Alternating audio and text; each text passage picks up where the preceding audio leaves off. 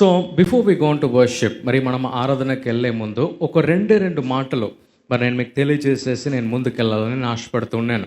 యోవాను 8వ అధ్యాయము 12వ వచనము గనుక మనం చూసినట్లయితే, the gospel of John 8th chapter 12th verse మరి మనం చూసినట్లయితే, once again Jesus spoke to the people and said, I am the light of the world. Whoever follows me will never walk in darkness, but will have the light of life అని చెప్పేసి మరి ఈ యొక్క వాక్యము తెలియజేస్తుందండి. అంటే ప్రభు అయిన యేసుక్రీస్తు ఈ మాట ఏమని తెలియజేస్తున్నారంటే, నన్ను వెంబడించు వారు ఎప్పటికి కూడా చీకటిలో వారు నడువరు అని రాయబడి ఉందండి.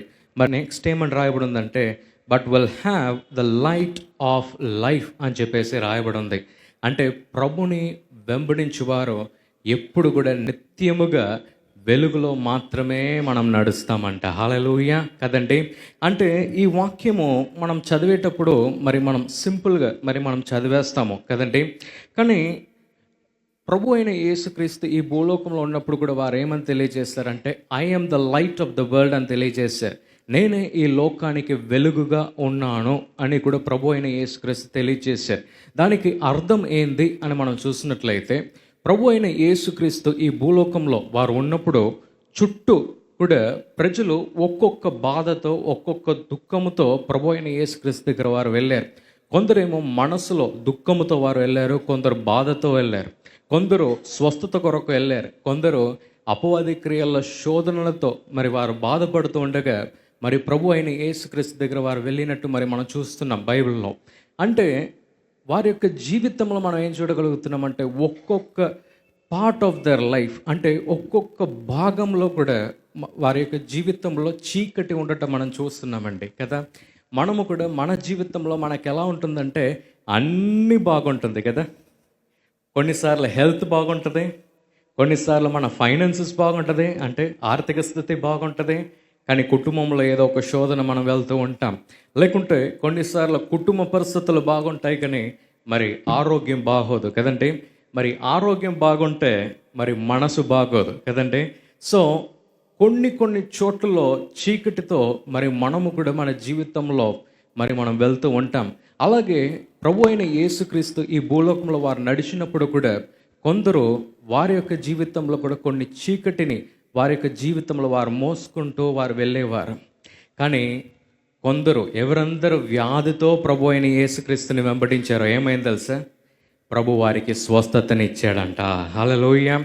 ఎవరందరూ మనసులో దుఃఖముతో ప్రభు అయిన యేసుక్రీస్తుని వెంబడించారో వారందరూ కూడా శాంతితో వారు వెళ్ళినట్టు మరి మనం చూస్తూ ఉన్నాం.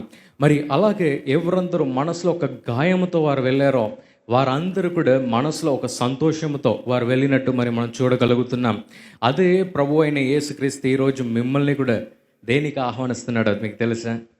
మిమ్మల్ని కూడా ఆయన వెంబడించడానికి కానీ మిమ్మల్ని ఆహ్వానిస్తున్నాడు. ఎందుకు తెలుసా? మీ జీవితంలో ఎక్కడ చీకటి ఉందో దాన్ని కూడా వెలుగుగా చేయటానికి. ఆమేన్, ఆమేన్. సో ప్రభు ఈరోజు మీ దగ్గర అడిగే ప్రశ్న ఏంటంటే, what is the darkness that is tormenting you?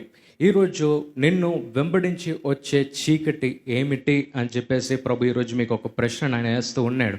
కానీ అన్నిటికన్నా మించిన ఒక చీకటి ఉందండి. ఈ లోకంలో మనకు జలుబు వస్తే జ్వరం వస్తే మనం టాబ్లెట్ వేసుకోవచ్చు. ఏదన్నా పెద్ద గాయాలు ఏమన్నా అవుతే ఆపరేషన్ మనం చేయొచ్చు. లేకుంటే ఏదన్నా మనసు గాయం ఉంటే ఈ కారణం మనకు డాక్టర్స్ కూడా దానికి కూడా ఉన్నారు. అంటే మెంటల్ హెల్త్ చెక్ చేయడానికి కూడా డాక్టర్స్ ఉన్నారు. కానీ ఒకే ఒక చీకటి మాత్రం ఈ భూలోకంలో ఏ మానవుడు కానీ ఎంత డబ్బు కలిగిన ఒక వ్యక్తి కానీ కూడా ఆ చీకటిని సరిచేయలేని ఒకే ఒక చీకటి ఏం తెలుసా అండి? పాపము మాత్రమే. పాపము మాత్రమే. మీరు మరణించిన తర్వాత మీరు పరలోకానికి మీరు వెళ్ళాలన్నా, ప్రభుని మీరు దర్శించాలన్నా కూడా ఈ చీకటి అనేది మీ జీవితంలో ఉండకూడదండి. అది మీ జీవితంలో నుంచి తొలగించాలంటే ప్రభు అయిన యేసుక్రీస్తు యొక్క రక్తానికి మాత్రమే సాధ్యము. హల్లెలూయా, హల్లెలూయా. మరి మాతో పనిచేసే ఒక స్టాఫ్ ఎన్నో సంవత్సరాలుగా ఒక 25 years మాతో పనిచేశారన్నమాట. మరి చాలా చిన్న ఏజ్లోనే ఒక 52 yearsలో మరి వారికి ఏదో ఒక హెల్త్ సమస్య వచ్చేసి వారి అకస్మాత్తుగా వారు మరణించారన్నమాట. వారు మరణించిన నెక్స్ట్ మినిట్ నాకు వచ్చిన ప్రశ్న ఏం తెలుసా? What next? నెక్స్ట్ ఏంటి? మరణించిన తర్వాత మనిషికి జీవితం ఏంది అని ఆలోచించినప్పుడు పరిశుద్ధాత్ముడు నాతో మాట్లాడటం ప్రారంభించాడు. ఏం తెలుసా? He is saved. ఆయన రక్తంతో కడుగబడ్డాడు, నువ్వు దేని గురించి కూడా నువ్వు చింతించాల్సిన అవసరం లేదన్నాడండి. Hallelujah. So today if you are save, మీరు యేసుక్రీస్తు ఒక రక్తంతో కడుగబడిన ఒక వ్యక్తిగా మీరు ఉండి యేసుక్రీస్తుని వెంబడించే ఒక వ్యక్తిగా మీరు మారినట్లయితే మీరు నిత్య వెలుగులో నడిచిన ఒక వ్యక్తిగా అవుతున్నారని ప్రభు ఈరోజు మీతో మాట్లాడుతూ ఉన్నాడు. హల్లెలూయా, హల్లెలూయా. ఈ ప్రోగ్రాం మీకు ఆశీర్వాదకరంగా ఉన్నదని మేము నమ్ముతున్నాం. ఫస్ట్ లైక్ చేయండి, తెలిసిన వారు మీ ఫ్రెండ్స్ అందరికీ మీరు షేర్ చేయండి, తర్వాత సబ్స్క్రైబ్ చేయండి.